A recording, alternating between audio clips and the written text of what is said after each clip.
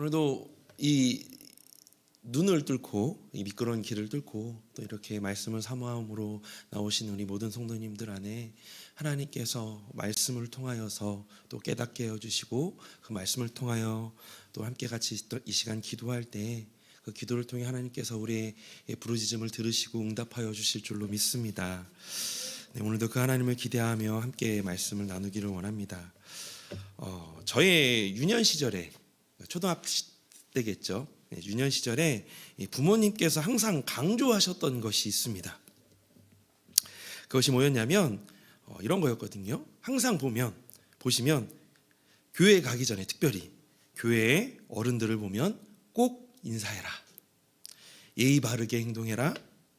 피해주지 말아라. 욕심 부리지 말고 양보해라. 항상 교회 갈 때마다 귀에 인이 박히도록, 좀 격한 표현이긴 하지만 인에 박히도록 항상 부모님께서 해주셨던 말씀이었습니다. 이렇게 말씀하신 이 부모님의 강령이 유별난 행동이라고 생각도 했었습니다.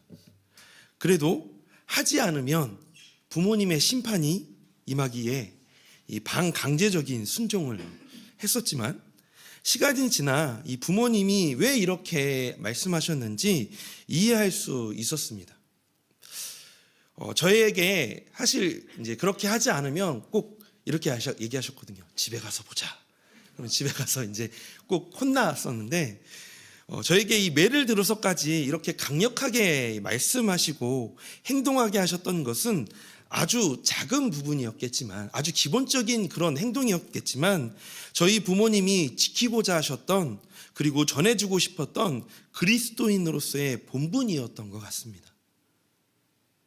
우리가 예수님 믿는 자로서, 교회 다니는 사람으로서 우리는 이렇게 솔선수범해야 돼.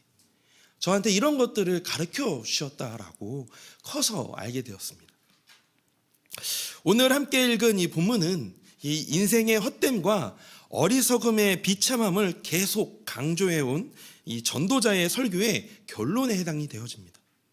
그 결론은 사람의 본분을 기억하는 것입니다. 2022년을 시작한 것이 엊그제 같은데 다음 주가 벌써 12월의 마지막 주입니다. 한 해를 정리해보니 이 전도자가 이야기한 것처럼 매 순간 인생의 헛됨과 어리석음의 비참함 사이에서 정신없이 하루하루를 보냈던 것 같습니다. 걱정과 염려가 대부분이었고 숨어서 눈물을 흘릴 때도 있었습니다. 아마 저뿐만이 아니라 이 땅을 사는 또한 여기 계신 우리 모든 성도님들이 동일하게 그런 마음과 상황이셨을 것입니다. 그런 저와 또한 우리 성도님들, 그런 인생들에게 전도자는 사람의 본분을 기억하라 라고 말하고 있습니다. 13절 말씀입니다. 다시 한번 제가 읽어보도록 하겠습니다. 일의 결국을 다 들었으니 하나님을 경외하고 그의 명령들을 지킬지어다. 이것이 모든 사람의 본분이니라. 전도자가 말하길 사람의 본분이란 곧 하나님을 경외하고 그 명령을 지키는 일이라고 말합니다. 오늘 이 시간 한 해를 마무리하는 이 시점에서 그리스도인으로서 우리의 본분을 정확히 이 말씀을 통해서 되새기는 시간이 되었으면 좋겠습니다. 그리고 그 본분을 지키기를 결단하고 기도하는 시간이 되기를 원합니다. 그래서 사람의 본분에 대해서 오늘 두 가지를 함께 살펴보기를 원하는데요. 첫 번째, 우리가 결단하고 지켜야 될 사람의 본분은 바로 너의 창조주를 기억하라입니다. 바로 12장 1절에 있는 말씀인데요. 너의 창조주를 기억하라. 먼저 우리가 이 창조주를 기억할 때 언제 기억해야 할까요? 언제? 1절부터 7절은 그 때에 대해서 언제 기억해야 되는지를 말해주고 있습니다. 1절부터 7절까지의 말씀 중에 그 때에 대한 것들을 조금 이렇게 구분해 봤거든요. 제가 다 읽지 않고 제가 좀 말씀드려 보겠습니다. 1절에서는 청년의 때, 공고한 날이 이르기 전, 아무 낙이 없다고 할 때에 해들이 가깝기 전에, 또 해와 2절에서는 해와 빛과 달과 별들이 어둡기 전에, 그리고 비 뒤에 구름이 다시 일어나기 전에, 3절에서는 집을 지키는 자가 떨 때, 힘이 있는 자들이 구부러질 때, 4절에서는 맷돌질 하는 자들이 적어질 때, 창들이 내다보는 자가 어두워질 때, 음악하는 여인들이 새하여질 때. 그리고 5절에서는 높은 것을 두려워하며 길에서는 놀람이 있고 살구나무가 꽃을 피고 메뚜기도 짐이 되고 정욕이 그칠 때, 그리고 자기의 영원한 집으로 돌아가고 조문객들이 거리로 왕래할 때. 그리고 6절에서는 운줄이 풀리고 금그릇이 깨지고 항아리가 샘곁에서 깨지고 바퀴가 우물에서 깨지고, 7절에서는 흙은 땅으로 돌아가고 영은 하나님께로 돌아갈 때, 그때 그 날이 이르기 전에 너의 창조주를 기억하라 라고 말씀하고 있습니다. 즉 그때는 바로 끝이 나기 전에, 그 끝이 이르기 전에 너희들이 지금 그때 너의 창조주를 기억하라 라고 말씀하고 있는 것입니다. 2절에서는 이 우주적인 빛이 소멸하는 장면, 그리고 3절부터 5절에서는 황폐한 거리의 광경을 지나서 이제 일상의 빛이 소멸되고 샘이 파괴되는 상황들이 이제 펼쳐지기, 그런 것들을 설명하고 있거든요. 여기에서 좀 저희가 좀 보기를 원하는 것은, 샘에서 물동이가 깨지는 모습은 삶의 종말을 의미합니다. 삶의 종말을. 구약에서 죽을 운명의 존재, 즉 사람은 하나님에 의해 흙으로 빚어진 그릇으로 간주되었습니다. 그래서 죽음은 종종 그릇이 깨지는 것과 연결되곤 했습니다. 그릇이 깨지는 것. 또한 이 창조 때에 빛과 대비되는 어둠의 달은 언제 닥칠지 모르는 불행이나 죽음, 곧 인간의 죽음과 세상의 끝을 알리는 우주적인 종말을 의미합니다. 결국 삶의 죽음과 우주의 끝이 이르기 전에 너의 창조주를 기억하라 라는 것이죠. 이 부분에서 저희가 조금 보고 싶은 부분이 있습니다. 한 가지 더. 전도자는 이 전도서 1장부터 이 12장 이전까지 우주를 창조하신 하나님을 가리킬 때 엘로힘, 곧 하나님을 불렀습니다. 하나님을. 그러나 그는 마지막 부분에서 가장 보편적인 명칭인 이 하나님이 아니라 오늘 본문에 나와 있는 12장 1절에 나와 있는 너의 창조주를 기억하라 라고 했습니다. 이전과 같은 패턴으로 얘기한다면 너의 하나님을 기억하라, 하나님을 기억하라, 청년의 때가 이르기 전에 청년의 때에 너의 하나님을 기억하라 라고 말할 수 있는데, 여기에서는 너의 창조주를 기억하라 라고 말씀하고 있다는 사실입니다. 이것은 온 만물을 창조하시고 다스리시고 섭리하시는 하나님을 당신이라는 개인적이고 친밀한 관계로 표현하고 있다는 사실입니다. 개인적이고 친밀한 관계. 이 하나님을 생각했을 때, 하나님은 온 무지를 다스리고 만물을 이끄시고 섭리하시는 그런 위대하시고 크시고 아주 두려우신 분이시구나. 그것이 아니라 너의 창조주를 나와 당신의 가장 친밀한 관계로, 가장 가까운 관계로 소개하고 있다는 것입니다. 이것은 하나님을 향한 우리의 좋지 않은 기억력에 비해 하나님께서 구원의 약속과 실현을 기억하시는 분이시고 우리를 구원하시는 분이시고, 동시에 우리를 향한 하나님의 사랑과 은혜를 베풀어 주시는 분이시라는 것을, 그만큼 우리가 가장 가까운 분이시라는 것을 이 전도자가 이야기해 주고 있는 것입니다.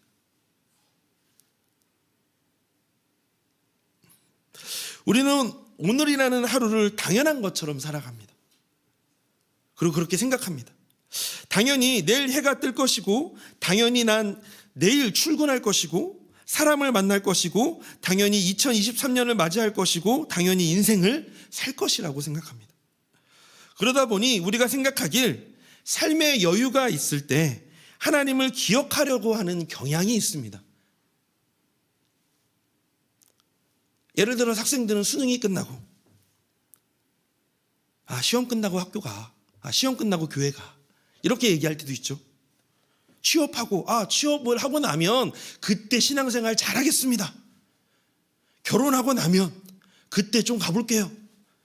오늘 고민했던 이 문제가 해결되고 나면 그러면 제가 그때 신앙생활 한번 다시 시작해 보겠습니다.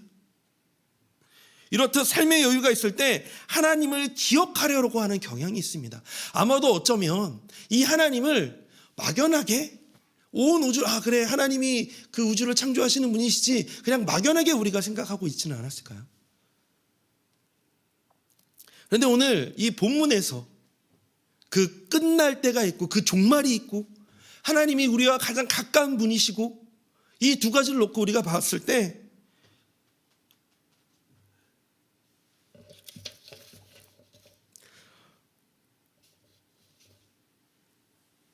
삶의 모든 순간에 그 우리의 창조주 하나님을 기억하라는 것을 오늘 전도자는 이 지혜서를, 이 전도서를 읽고 있는 우리와 또한 그 독자들에게 다시 한 번 더 촉구하고 있는, 강력하게 촉구하고 있는 것입니다. 하나님을 기억해야 될 순간이 언제일까요? 하나님을 찾아야 할 순간이 언제일까요? 내 삶에 여유가 있고 때로는 어려움이 있어서 급할 때가 아니라 하나님을 찾아야 할 순간은 바로 지금입니다. 바로 지금.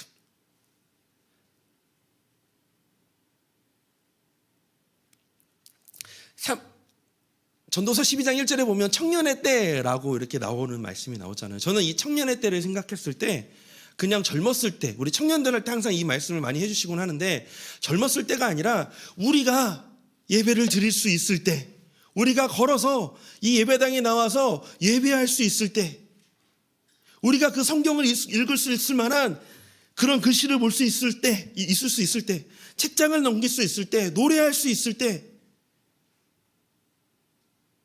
그 모든 순간순간에 우리가 하나님을 기억하고 하나님께 나아가야 함을 이 전도자는 우리에게 말하고 있는 것 아닐까요?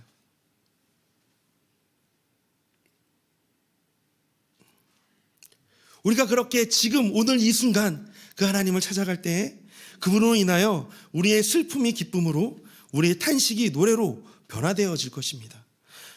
정말 제가 좋아하는 말씀이고 요즘에 우리 청년들이나 제가 새벽 예배 때도 계속 사용했던 말씀인데요. 시편 42편 5절에 이런 말씀이 있습니다. 내 영혼아 어찌하여 낙심하며 어찌하여 내 속에서 불안해하는가? 너는 하나님께 소망을 두라. 그가 나타나 도우심으로 말미암아 내가 여전히 찬송하리로다. 우리 아빠 아버지 되시는 나의 창조주 하나님께서 우리를 도우십니다.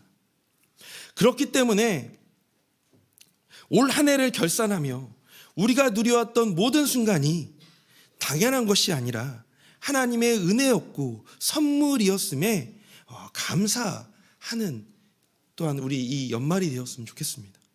또한 더욱 하나님을 기억하며 은혜의 자리로 나아가는 우리 모두가 되기를 소망합니다. 하나님 조금 이따가요. 송구영신 예배 때요. 이따가요가 아니라 오늘 지금 이 순간, 매 순간순간마다 하나님을 기억하는 우리가 되었으면 좋겠습니다. 왜요? 하나님 우리의 가장 가까우신 분이시니까. 우리 아빠 아버지 되어주시니까요. 이것이 첫 번째로 우리가 결단하고 지켜야 할 사람의 본분입니다. 하나님을 기억하는 것. 두 번째는 우리가 결단하고 지켜야 할 사람의 본분은 그의 명령들을 지키라입니다. 9절부터 10절에서 전도자는 지혜의 전파에 힘썼습니다. 여기에서 말하는 지혜란 단순한 세상의 지식이나 처세술이 아니라 하나님께서 주시는 지혜를 가리킵니다. 이러한 지혜는 묵상과 연구를 통해 얻어집니다. 곧 하나님의 말씀을 깊이 묵상하고 기도할 때 비로소 우리에게 지혜가 찾아오게 되는 것입니다. 또한 전도자는 열심히 아름다운 이 지혜의 말씀을 추구하는 생활을 했습니다. 그래서 바른 진리의 말씀을 터득했던 것입니다. 결국 이 진리의 말씀은, 그렇게 연구하고 묵상하는 이 진리의 말씀은 우리의 삶을 바른 길로 인도하여 줍니다. 11절에 보면 지혜자들의 말씀들은 찌르는 채찍들 같고 회중의 스승들의 말씀들은 잘 박힌 목 같으니 다 한 목자가 주신 바이니라 라고 이야기합니다. 여기에서 이 잘 박힌 못이란 양을 칠 때에 이 목자들이 지팡이에 못을 박아서 사용했다라고 합니다. 그것을 못을 박았다는 것을 말하는데요. 이 목자는 그것을 가지고 양들이 위험한 곳으로 가게 되면 그 지팡이를 툭툭 쳐서 찌르고 자극을 주고 그렇게 고통을 주어서 다시 옳은 방향으로 이끌어 갔다라고 합니다. 저희가 잘 아는 말씀이시죠. 시편 23편 4절 말씀에 내가 사망의 음침이란 골짜기로 다닐지라도 해를 두려워하지 않을 것은 주께서 나와 함께 하심이라. 주의 지팡이와 막대기가 나를 안위하시나이다. 여기에서 말씀하시는 이 지팡이와 막대기가 우리를 안위하시는 것. 하나님께서 그 막대기로 그 말씀의 막대기로 우리를 옳은 길로 갈 수 있도록, 온전한 길로 갈 수 있도록 하나님 우리를 그렇게 그 말씀으로 인도해 주신다는 것입니다. 말씀을 통해서. 우리의 삶은 늘 세상의 비진리로 인해서 오해하고 착각합니다. 결국 우리 안에 들어온 세상의 비진리들이 우리의 감정을 요동치게 하죠. 비교하게 합니다. 너 삶이 이거밖에 안 되니? 너는 이 정도밖에 안 되니? 왜 내 삶은 이거밖에 안 될까? 왜 나는 이 모양일까? 더불어서 우리의 믿음까지도 흔들리게 하죠. 요동치는 이 변화하는 감정과 마음을 뒤로하고 흔들리지 않는 보증서와 같은 역할을 하는 것이 바로 뭐냐면 말씀입니다. 말씀이 우리의 영혼의 닷과 같아서 우리가 보고 듣고 선포하는 말씀이 우리의 감정과 마음을 지키게 하고 흔들리더라도 다시 그 자리에 있을 수 있도록 우리를 잠잠하게 합니다. 때로는 그 말씀이 우리를 아프게도 할 것입니다. 그 말씀을 듣고 그 말씀 앞에 거할 때 말씀의 찔림이 마음을 괴롭게도 하죠. 어찌할꼬, 어이할꼬, 어떻게 해야 되지? 라고요. 그러나 그 말씀이 우리를 살립니다. 결국 사람의 본분이란 하나님을 경외하고 그 명령을 지키는 일입니다. 아주 기본적이죠. 다 아시는 말씀입니다. 그런데 왜 우리는 그렇게 하지 못할까요? 아마 저희 부모님이 그렇게 인사해라, 말썽 부리지 말아라, 이렇게 계속 그 부분들을 계속 말씀하셨던 이유, 아마도 가장 기본적인 것임에도 불구하고 계속 그렇게 말씀하셨던 이유가 우리가 그렇게 알고 있지만 잘 지키지 못하고 날마다 그것들을 가볍게 여기고 있기 때문은 아니었을까라고 생각이 들었습니다. 이 오늘 전도자가 말하는 사람의 본분도 마찬가지 아닐까요? 우리가 하나님을 경외하고 그 말씀을 지키는 일 너무나도 잘 알고 있지만 너무나도 쉽게 여기고 가볍게 지나가게 하는 것이 아마 이 하나님을 기억하고 하나님의 말씀 앞에 나아가는 것. 그런데 다시 한번 말씀드리지만 하나님을 경외하고 그 명령을 지키는 일, 그것이 우리의 사람의 본분입니다. 그것이 우리가 불안한 인생 속에서 숨을 쉬며 힘을 내며 살 수 있는 유일한 방법입니다. 이러한 생활을 하나님 중심의 생활이라고 합니다. 우리 믿음의 성도는 자신이 늘 하나님 앞에 서 있다는 사실을 깨닫고 오늘을 사는 것입니다. 하나님 앞에서, 코람데오라고 하죠. 하나님 앞에서 사는 것. 그런데 이 맨날 하나님 앞에서 사는 것, 하나님이 나의 모든 것을 보고 계신다고, 아이 불편해라, 너무나도 부담스럽지 않으세요? 너무나도 불편하지 않으세요? 너무나도 두렵지 않으세요? 그런데요, 이 하나님 앞에 있다라는 것은 두려운 것이 아닙니다. 아빠 아버지와 함께하는 것이고, 왜요? 아까 전에 너의 창조주를 기억하라는 그 말씀의 그 의미 안에서 우리가 봤던 것 있잖아요. 하나님과의 가장 가깝고 친밀한 관계를 이야기한다라는 것처럼 아빠 아버지와 함께하는 것이고, 가장 좋은 길로 또한 좋은 것을 주시는 선한 목자와 함께하는 것, 이것이 바로 하나님 앞에서 살아가는 것입니다. 우리가 한 해를 마무리하면서 사람의 본분됨을 지키며 살아가는 저와 우리 성도님이 되기를 소망합니다. 나의 창조주, 우리의 창조주, 우리 아버지, 그분이 나의 아버지 되심을 믿고 내 인생을 그분께 묻고 함께 걸어가는 새날, 앞으로의 새해가 되기를 소망합니다. 때론 흔들리고 넘어질 때 말씀 앞에 머물러 그 아빠 아버지를 다시 확인하고 믿고 하루를 살아가는 저와 우리 성도님 되시기를 주님의 이름으로 소망합니다. 그래서 이 시간 이 찬양을 함께 같이 나누면서 오늘 기도했으면 좋겠습니다.